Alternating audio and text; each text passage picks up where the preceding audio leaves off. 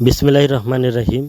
আজকের এই তদবিরটি তাদের জন্য যাদের প্রেমিক প্রেমিকা ধোঁকা দিয়ে দূরে চলে গেছে অন্য কারো হাত ধরে, বা যাদের স্বামী স্ত্রীর মধ্যে অবনতা সৃষ্টি করে, কারো পরকীয়া করে স্বামী স্ত্রী চলে গেছে। ভিডিওটি তাদের জন্য খুবই আজকে গুরুত্বপূর্ণ হিসেবে ভূমিকা রাখবে এবং এই তদবিরটির নিয়ম খুবই সহজ, যা খুব সহজেই আপনারা করতে পারবেন। ভিডিও স্ক্রিনে মাঝ বরাবর যে নকশাটি দেখতেছেন লম্বালম্বি, মূলত এই নকশাটা দিয়েই আপনি আপনার মনের আশা পূরণ করতে পারবেন বা কৃতকার্য হতে পারবেন। এই তাবিজের তাসির খুবই মারাত্মক, যা আগুনে ফেললেই এর তাসির জাহির হয়ে যায় এবং কাঙ্ক্ষিত ব্যক্তির উপর সরাসরি গিয়ে প্রভাব পড়ে। তাই আসুন ভিডিও স্ক্রিনে উর্দুতে কী লেখা আছে বিস্তারিত নিয়মকানুন আপনাদেরকে জানিয়ে দিচ্ছি, যাতে করে কাজটি দিয়ে আপনি সফল হতে পারেন। এখানে উর্দুতে দেওয়া আছে মোহব্বত কে লিয়ে এক আদার নাদ নকশা, মানে মোহব্বতের জন্য খুবই একটু পাওয়ারফুল এই নকশাটি।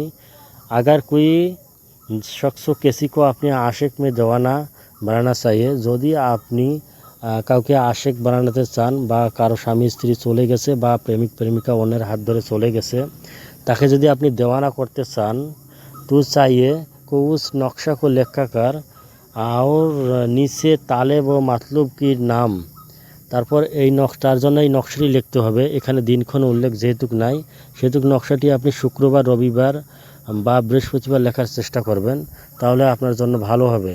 এবং নকশাটি লেখার নিচে অবশ্যই তালেব এবং মাতলুব মানে প্রেমিক প্রেমিকা বা স্বামী স্ত্রীর নাম এবং তাদের মাতা এবং পিতার নাম অবশ্যই লিখবেন। আর আগ মে ডাল দেয়, তারপর নকশাটি লেখা শেষ হয়ে গেলে জ্বলন্ত একটি আগুনের মধ্যে ফেলে দিবেন। এক দো নকশা জ্বালানি কি হের মাতলুব পুরা হয়ে যায়।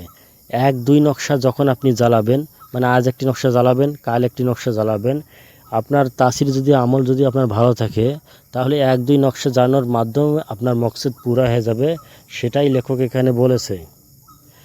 আর আগার না হো, যদি আপনার আমল কম হয়, যদি তাসিরটা 2 দিনের মাঝে জাহির না হয়, সেটা এখানে বলছে যে 7 রোজ তক ইয়ে আমল করতা রাহে, তাহলে আপনি 7 দিন পর্যন্ত এই নকশাটি আগুনে ফেলে দেবেন। এর মাঝে কি হবে, ইনশাআল্লাহ তাআলা আপনার পুরা হবে, মানে ওই স্বামী স্ত্রী বা প্রেমিক প্রেমিকার উপরে তাসির পড়বে এবং সে অস্থির হয়ে আপনার কাছে চলে আসবে।